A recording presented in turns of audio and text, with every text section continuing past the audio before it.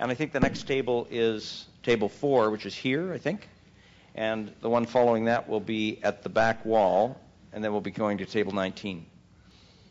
Hi, thank you. I'm here from Washington State, and we've been going through 15 years of management planning processes for the Olympic Coast Marine Sanctuary, and we're in the process of saving Puget Sound for the third time and going through another planning process. So I find this to be insightful in terms of looking at this process here. And one of the things that I thought was very encouraging in your in the process that I understood, that you were going to take this very large process and break out the marine transportation component as sort of a example to see how you can get all these various interests around one subject area and then sort of proceed through the other various iterations. And I think that's a good thing, especially for such a large area.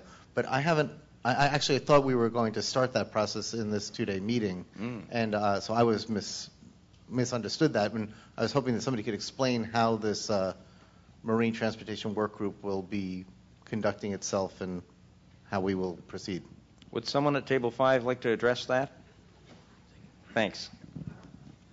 Paul Sprout.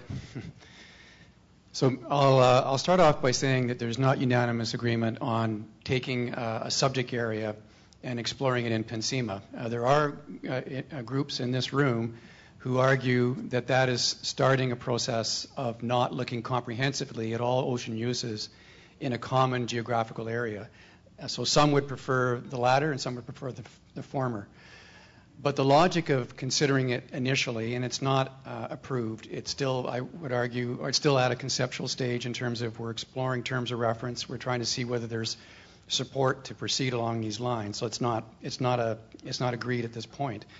But the logic was, how do you take a very large ocean management area with a number of diverse and different interests, activities with many different interests? And so our thinking is pragmatically, if we could test the idea of looking at a subject area that would narrow the number of people around the table, initially at least, to explore, frankly, relationship building, information collection, identification of issues, and then move that progressively into planning, and then inform other decision processes with the progress that we've made. That was the logic. It was trying to take something that is enormously complex, trying to put it into practical terms and saying, could we do it like this, and then come back to this bigger, broader process, inform it, and say, here's what we learned. This worked really well. This was a disaster.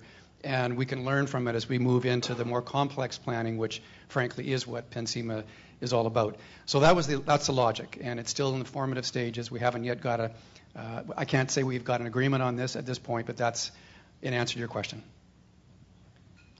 Thanks, Paul.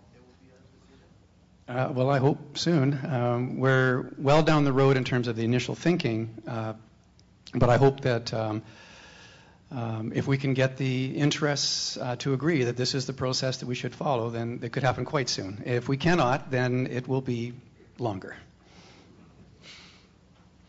I appreciate that you came here thinking that a particular issue was going to be dealt with, because a lot of people in their groups revealed that they have an interest in a particular estuary or a particular resource in a particular corner of the study area or a particular aspect of PNCIMA, and at this point it's much, much broader. Back of the room. Thank you. It's Arnie too, not Johnny. Yes, I'm aware of that, Arnie, but somebody else called you Johnny earlier today. It's not this fair. Is response to the statements of everybody being equal. That's why I said this morning, we have protocol agreements on how to go out with our communities. But in other tables, if we put forward our values and principles, we want to see other groups, individuals, or organizations' values and principles.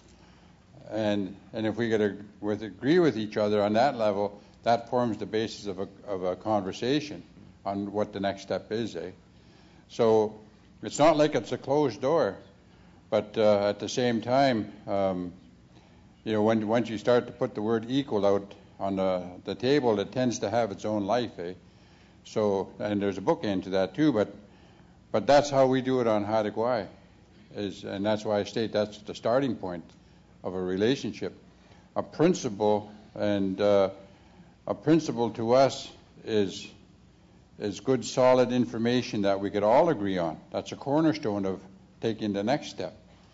We have to know where we're coming from, and the information that we could agree to, and then we have another cornerstone of a starting place, and also how we add to that information base is also a crucial part of that.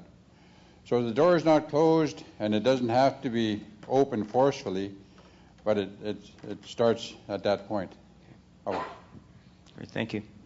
And Table 19 is going to have the last question. And you made that point this morning, Arnie, the need to develop not only trust but similar values at the table. And one of the early issues may be how that table or how that initiative determines its joint values.